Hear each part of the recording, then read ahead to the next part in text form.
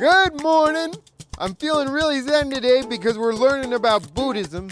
We're gonna meet Erica, who's a new Buddhist, and all that I know about Buddhism is Lisa Simpson's a Buddhist and Richard Gere is a Buddhist, and everyone we talked to, when we asked them what religion they wanted to learn about, they said Buddhism. So I'm gonna be chill today because I think that's what it's all about, being chill and realizing the potential in yourself. So I'm not even going to end this with a joke. I'm just going to be quiet. Beautiful day.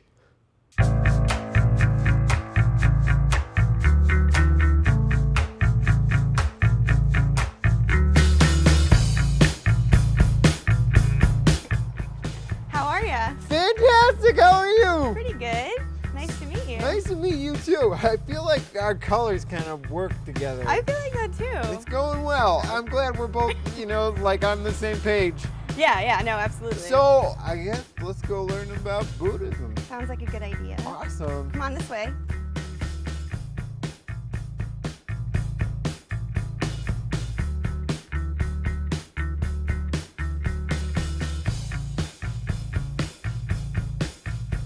Can I get to know you a little bit? Sure, Now let's do that. that it's being filmed? Yeah, that's So- the natural way to get to know people. So you're a comedy writer. Yeah, I write stuff and then What- hopefully it's funny. So comedy and Buddhism, Yeah. like as far as energy level, don't really seem to like they would match up. Like I always think of Buddhism as a Zen thing, and Right. improv as like, "Wah, hey, oh, we got this hat. Oh, look, oh," and it's like only questions.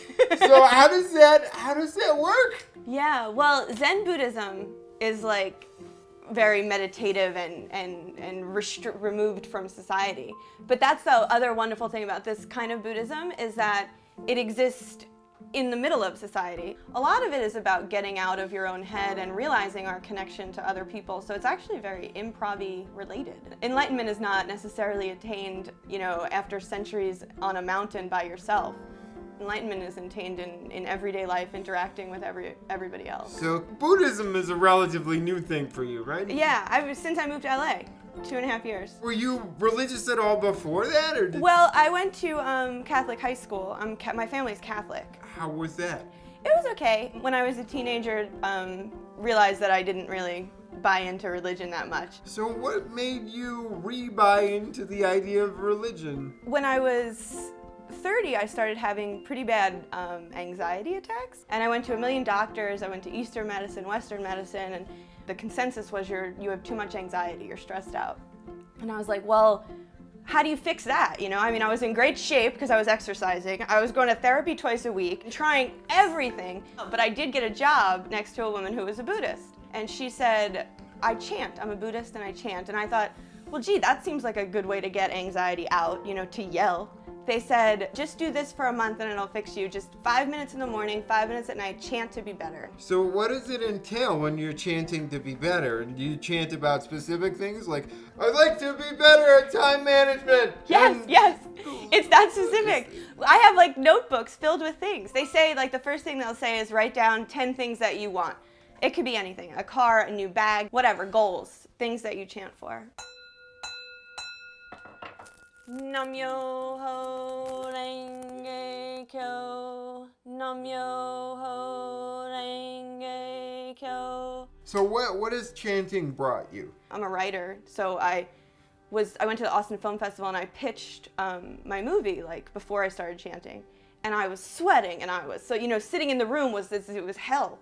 But then after chanting for a year, I went back and I was chanted a bunch. I just went in and I did it very naturally. So Wow. It changed my nerves. It gives me more confidence. Is it all about asking for what you want? It's a good way to start because you'll see it work and then you'll be like I was, oh shit, and then you'll keep doing it. Buddhism, the chanting, is the first thing I found that really connects your heart to your mind and makes your feelings change, makes your attitude change.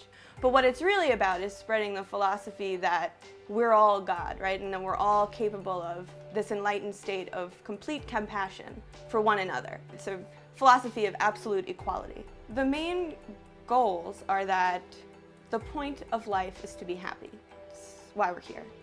The way to be happy is to understand this philosophy that we are all capable of Buddhahood, every single one of us. So all the struggles that we go through, we're here to overcome them and then use our victory over them to encourage other people. So what's the first step to becoming a Buddhist? You would chant, so we chant Nam Myoho Renge Kyo, that's what we say. What does it mean? It's the enlightened nature of the universe. Okay. You're gonna chant later. I'll chant later. At this center. But I should probably... You want to practice? I should probably pre-chant. Can we run chant lines together?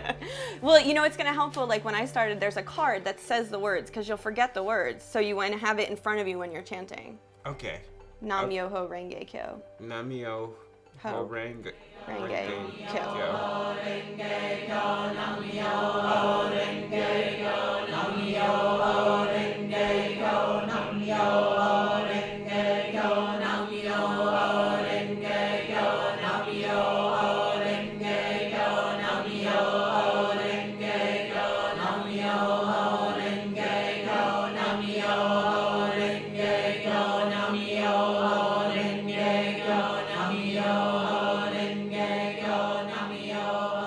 Generally, we would get together and we would begin every gathering by chanting, because that's what we do. And we chant Nam Myoho Renge Kyo. And then generally, for the sake of anyone who was new, we would explain a little bit about how the practice works, just the basics. Well, that is my question. How does it work? I know how it works with an individual, but as a group, how is it different? As a group, we kind of focus on bigger things because we are all part of the world, and the things that are going on in the world that cause suffering, we feel like as a conglomerate, we are working on that. Who has chanted their way to getting action from the opposite sex? I'm the big chocolate. You're the big chocolate? Because, I got all this going. Is that on your birth certificate? My mom just call me BC for sure. Nice. I was raised in Israel as a Jew, but a secular way, like Catholics who don't practice. I guess that would be a good analogy. Am I a Jew-boo or a boo-Jew or I don't know. I'm just a person. A Judah. Okay. Yeah. So what spoke to you about Buddhism that you didn't get out of Judaism? What spoke to me is coming to meetings and meeting the people, seeing the diversity of the members. But the greatest thing is basically understanding this crazy world. Seems like evil's beating good out, and I really didn't like that. So my hope went down real low, right? But ever since I've been a Buddhist now, it's getting better, and I got hope for the world. I can't wait to wake up the next day. For me, from what I've seen, it's probably the most diverse, group of people you will ever meet. You go to any meeting and you see like every culture represented practically, and that's every age, every culture, and that's really the foundation of society. Yeah, that's really the beauty to me of this practice is the diversity. Do Buddhists worship anything? No, it's actually, we say that the Gohonzon that we're chanting to is like a mirror. And when you're chanting, you're polishing the mirror. So because we don't believe in anything besides the internal state of Buddhahood that we already have, it's more revealing it. To me, it's like, you're born in this bubble, this glass bubble. And as you get older and older, you have all this paint thrown on the bubble, doubt and fear and trying to be like your mom or trying to be like your mom's mom and all this stuff. And so all of a sudden this glass bubble basically has all this paint on it. And so when you start chanting, it's like you get a little razor blade and you start scraping the paint off. And then you finally find out what's really inside. And when everybody finds out what's inside their bubble, it's easy to get along with each other. It's easy to root for you and want your dreams to happen, want her dreams to happen, want mine. Because you get a clear picture of what the world is instead of when you have all that paint, you can't see outside, so you don't really know what the world's supposed to be or what you're supposed to be. I like to just break down all religions into things that I could get from the Home Depot, so that was perfect. But what do you think ultimate enlightenment is? I think ultimate enlightenment is being able to really see that the really reason we're here is to help other people.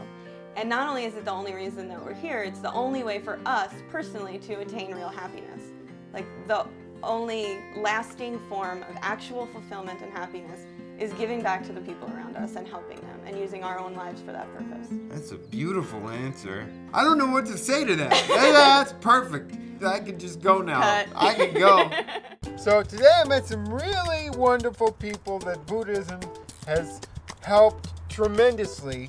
And Erica is fantastic and really funny and also standing right over there. Hi. And what I've learned about Buddhism is that there's a Buddha already inside of me. I've just got to do a bunch of chanting to bring him out and be the best, most Buddha-ful version of myself. Life is Buddha-ful. That's what I've learned. SoulPancake, subscribe!